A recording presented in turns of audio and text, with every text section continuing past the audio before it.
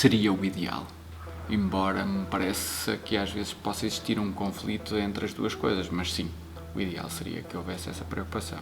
Desenvolver uma aplicação tem sempre dois caráteres. O objetivo de uma plataforma móvel é apenas ser um meio para um fim maior. Se a aplicação for pesada, difícil de navegar ou confusa, as pessoas não vão querer utilizar. É poder chegar ali a uma altura de tanto vício, tanta dependência, que é assim que eles vão ganhar dinheiro com isso.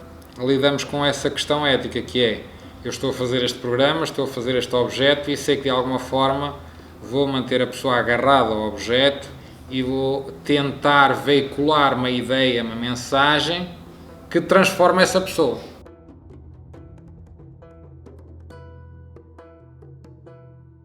Fundada em 2013 por Tristan Harris, Time Well Spent é uma organização sem fins lucrativos que quer reverter a crise de atenção digital. Tristan Harris e os seus colaboradores acreditam que a tecnologia está a sabotar a nossa mente e, por consequência, a criar um problema invisível que afeta toda a sociedade. Por isso, desde a sua criação em 2013, que tentam provar que isto é um problema e cada vez é maior e mais real. It doesn't have to be this way. Instead of handicapping our attention, imagine if we used all of this data and all of this power and this new view of human nature to give us a superhuman ability to focus, and a superhuman ability to put our attention on what we cared about, and a superhuman ability to have the conversations that we need to have for democracy. The most complex challenges in the world require not just us to use our attention individually, they require us to use our attention and coordinate it together. Climate change is going to require that a lot of people are being able to coordinate their attention in the most empowering way together. And imagine creating a superhuman ability to do that. Apesar dos seus produtos revolucionários que evoluíram o mundo das tecnologias, o Facebook, o Twitter, o Instagram e a Google têm de gerar lucro e, para o seu sucesso, necessitam de superar os seus concorrentes. Because it's not evolving randomly. There's a hidden goal driving the direction of all of the technology we make. And that goal is the race for our attention. Because every news site, TED, elections, politicians, games, even meditation apps have to compete for one thing, which is our attention. And there's only so much of it. And the best way to get people's attention is to know how someone's mind works.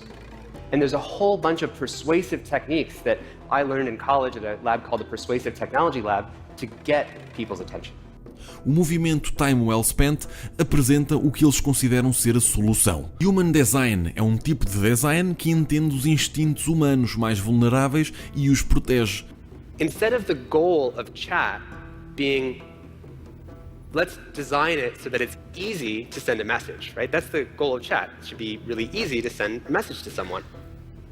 We changed the goal to something deeper and a human value, which is let's create the highest possible quality communication and relationship between two people.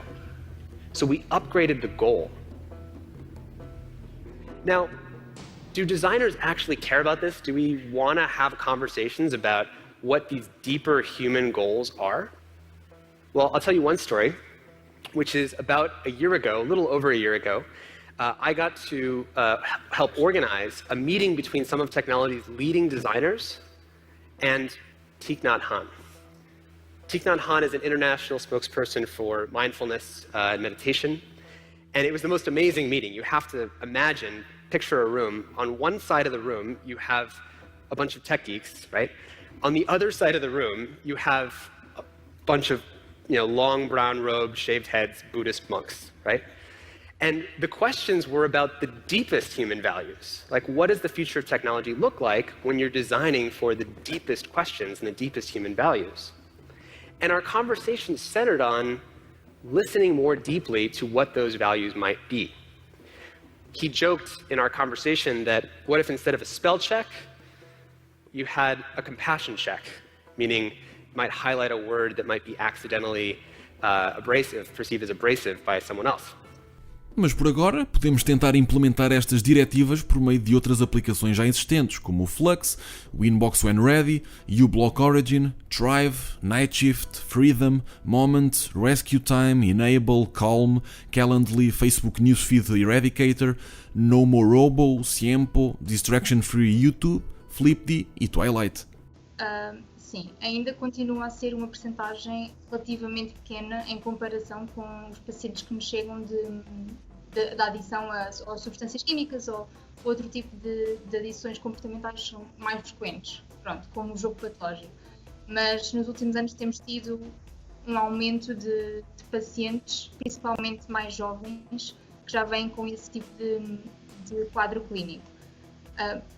Tanto as redes sociais e, portanto, a internet mais em geral, como aos videojogos. Portanto, esses dois padrões. Bem, é assim, os sintomas, a adição infelizmente ainda não é uma coisa que se fala muito nas universidades, mas no fundo os sintomas de quase todas as adições acabam por ser semelhantes uns aos outros, com alterações, claro, se for química ou se for comportamental, mas tudo o que se vê num adito ao jogo, por exemplo, é praticamente a mesma coisa. Portanto, perda de noção do tempo, começar a desleixar outras responsabilidades, seja escola ou trabalho, e isso é uma das razões que os levam muitas vezes a vir, principalmente os mais jovens. Utilização desse tipo de comportamento, videojogos ou redes sociais, para regularizar emoções, portanto, no fundo, para lidar com a ansiedade, com problemas que possam estar a ter na vida deles. Pode haver também uma tolerância, não será uma tolerância física como, claro, com as drogas, mas a necessidade de passar mais tempo, cada vez mais tempo, a fazer o comportamento, neste caso a jogar videojogos ou o que seja. Portanto, normalmente esses são os sintomas, sendo que em qualquer adição, e esta principalmente, há muita comorbilidade. Portanto, são pessoas que normalmente já têm outro tipo de queixas psicológicas também. Eu já disse mais ou menos, mas é assim, os mais jovens e os que temos tido deste tipo de problemas normalmente não vêm pela própria decisão. São as famílias que os trazem para tratamento, porque normalmente são menores de idade, ou mesmo se não forem menores de idade ainda estão dependentes dos pais, porque normalmente não trabalham, não têm sustento próprio. Portanto, já tivemos casos de ordens de tribunal, pelas crianças começarem a faltar às aulas e, portanto, não é permitido por lei, portanto, eles são enviados para tratamento, ou mesmo em caso da família fazer quase como um ultimato e de os forçar a vir para tratamento. Portanto, inicialmente eles não têm motivação própria para lá estar e, portanto, só depois, quando já estão lá dentro e já conseguem estar livres, no fundo, do comportamento, é que começam a perceber o problema. Bem, a desintoxicação, neste caso, não é literalmente uma desintoxicação, não é? Porque não há substância. Mas o que acontece é que em tratamento, e os tratamentos são normalmente pelo menos uns 3 meses, pode ser mais, eles não têm qualquer tipo de acesso a telemóveis, computadores, internet, absolutamente nada. Portanto, isto mesmo se eles não tiverem sido admitidos em tratamento por motivos deste tipo de problema. Eles não têm qualquer acesso. Portanto, inicialmente é super complicado. São pessoas que estão habituadas a estar horas e horas na internet ou a jogar e que não cortam o acesso, e o que os força a começar a relacionarem-se com os outros e a interagir socialmente, que a maior parte deles têm grandes problemas nessa área. Portanto, neste caso, sendo que não há uma dependência física, eu diria que a única questão é mesmo essa, é mantê-los fora do contacto com o objeto, neste caso de dependência, que é a internet ou eles têm acesso depois de uma semana aos MP3, mas não pode ser MP4, tem de ser só para ouvir música, portanto nada que possa ligar à internet. O nosso tratamento, isto depende dos centros, o nosso é interno, portanto, se eles vierem para o nosso tratamento, ficam lá 24 horas por dia, incluindo os fins de semana, com uma exceção de que, quando já estiverem numa fase em que a equipa terapêutica considere aconselhável, eles têm um período de break em que vão a casa, pronto, mas continuam em contacto com os terapeutas. E este período não é só para irem visitar a família, mas é quase para testar o retornar ao ambiente natural. Portanto, para ver que tipo de triggers, gatilhos é que podem haver, como é que eles reagem, se conseguem utilizar as estratégias ou não. E, portanto, eles voltam, muitas vezes recaídos, depende, tanto em substâncias como noutros comportamentos, e depois têm a oportunidade, no resto do tratamento, de avaliar o que é que aconteceu enquanto estiveram lá fora e o que é que ficou mal. A taxa de sucesso nós sabemos assim por alto, mas não especificamente nestas observações, porque ainda é muito pouca gente. Portanto, eu diria à volta de 70% em geral, acaba o tratamento. Portanto, sendo que nós temos a ideia de que quando é comportamental é ligeiramente, é tendência mais complicado do que as substâncias. Talvez porque quando há uma adição a uma substância as consequências são mais óbvias e as pessoas já têm uma motivação maior.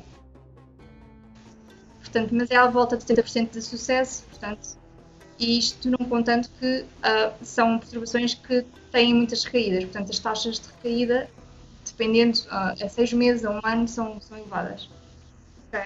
Isto, assim, dentro, lá está, pode ser 3 meses, 4 meses, até um bocadinho mais, dependendo. Isso depois a equipa terapêutica está em contato com a família e com o paciente, portanto vai gerindo.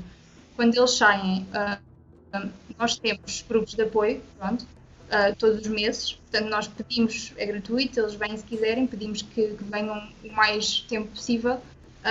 E continuam a ter a possibilidade de estar em contato com os terapeutas. Não é tão regular, mas têm os contactos e, portanto, numa situação de emergência, podem contactar para terem o suporte. Mas, pronto, mais ou menos, se eles, normalmente, 1 ano, eles costumam vir ao que nós chamamos de follow-up, portanto, aos grupos todos os meses, normalmente é 1 ano. Nós, como a nossa empresa, não. Nós inserimos realmente no tratamento, não tratamos muito da prevenção. O que nós já fizemos foi fazer palestras em escolas, portanto, sensibilização, já fizemos essas sessões, mas programas específicos de prevenção, não. O que nós às vezes fazemos nós podemos ter pessoas que vêm para tratamento por outro tipo de perturbações, portanto, seja adição química ou outro tipo, e que possam estar em risco de desenvolver uma adição deste tipo também. Portanto, alguém que já esteja a entrar num comportamento de risco relacionados com ou videojogos ou internet, é comum haver esta comorbilidade em diferentes tipos de adições. Portanto, nesse caso, nós vamos incidir também aí na prevenção em tratamento. Mas até agora é a única coisa que nós conseguimos fazer. Normalmente, o tipo de conselhos que nós damos em termos de prevenção de qualquer tipo de adição é o ter noção do comportamento. Portanto, o registar ou ter noção de quanto tempo é que se passa a fazer um determinado comportamento ou usar uma substância, lá já nesse caso será as quantidades, e até que ponto é que somos nós que estamos a decidir a priori passar esse tempo ou consumir essa substância, ou se é algo que nos foge do controle. Portanto, a partir do momento em que é a substância ou o comportamento que nos controla a nós e não o contrário, aí já começamos a entrar aqui numa situação de risco. Okay? Portanto, eu diria que, sendo que isto é para jovens, a coisa mais importante é os pais terem logo rotinas desde cedo saudáveis relacionadas com este tipo de comportamentos. Portanto, não permitir, ou pelo menos não com frequência, que uma criança ou um jovem esteja muitas horas seguidas a fazer ou nas redes sociais ou jogar videojogos. Normalmente o que se diz é tentar não ter computadores no quarto, portanto terem zonas comuns para facilitar este controle. Mas no fundo isto vai depender muito de pessoa para pessoa, porque há quem tenha vulnerabilidades para a adição e que possa, num momento mais frágil em que tenha outras dificuldades, usar isso como uma estratégia, e há alguém que pode estar o dia inteiro a jogar sem problemas. Mas de forma geral é ter a rotina e saber exatamente quanto tempo é que eu quero despender a fazer isto e ter a noção de quanto tempo é que realmente passamos. E isto é para toda a gente, não é? Não é preciso sermos aditos para, infelizmente, perdermos o controle um bocadinho nesse sentido.